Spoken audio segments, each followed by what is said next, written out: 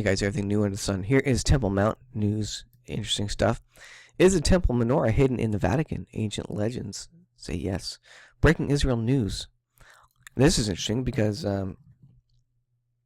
any information relating to, this backs up the historicity of the Bible, confirms the Bible is accurate when it speaks of the Menorah and Israel and the ancient tribes and basically all the biblical stories.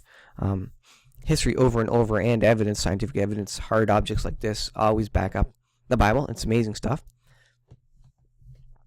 But this is interesting. Could this come back to the temple, be used in the third temple that we expect will be built probably within our lifetimes, very, very much so within our lifetimes. An ancient legend which holds that the Temple Menorah is hidden away in the depths of the Vatican has come to light again, with the announcement of an upcoming exhibit jointly hosted by the Papal Seat in Rome's ancient Jewish community, intended to showcase the growing Jewish-Vatican relationship. The theme of the exhibit actually brings the sore subject to the forefront, raising suspicions that despite a long tradition of Vatican protests, the rumor persists for good reason. Arnold Nezareth, a Vatican Museum's official, announced the theme of the upcoming exhibit Monday, knowing that the connection between the Vatican and the Menorah is graphically illustrated in an image frescoed on the wall of the Vatican's Borgia apartment. The apartment was built for Pope Alessandro VI, whose papacy began in 1492, the same year as Spanish Jews were given the choice of forced conversion to Catholicism or expulsion.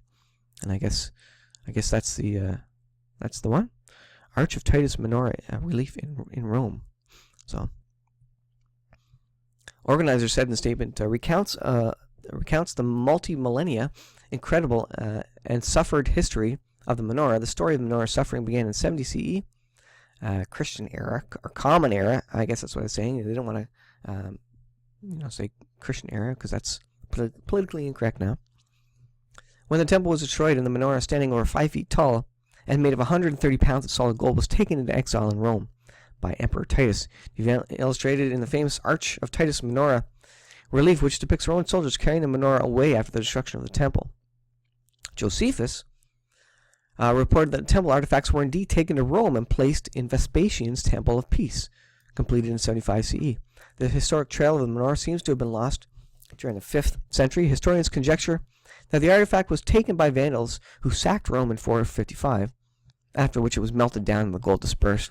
But there are no historical accounts from the time relating to the event.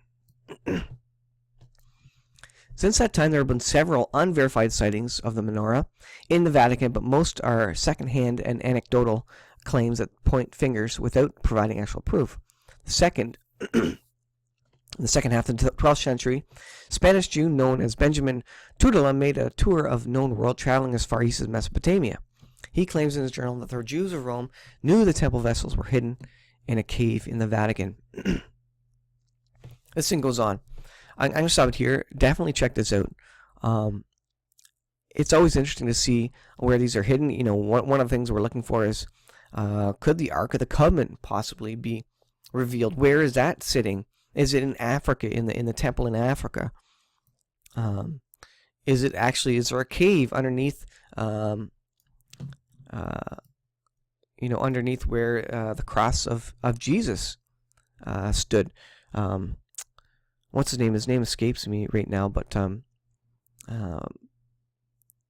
his name escapes me. But one researcher said he found that. The name will come to me, and I'm sure you remember who it is. But anyways, so there's lots of interesting stuff about where these artifacts are hidden. Is the Ark of the Covenant going to come back? Is the Menorah going to come back? Wouldn't that be an incredible thing? Wouldn't that prompt the rebuilding of the third temple if that came to light? Or when the third temple is built, are these going to be offered to the Jews as a bit of a peace prospect, as a peace offering?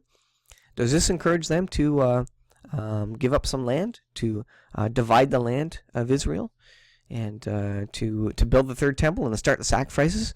Things like this coming up now, as well as the Ark of the Covenant, point to the time that we're in just prior to the 7-year tribulation. And that's why I think it's interesting, because it really points to the fact that we are so close to the 7-year tribulation and to the end times. I'll leave there. Definitely check out the article. I'm going to put it in the description. We'll see you guys in the next video.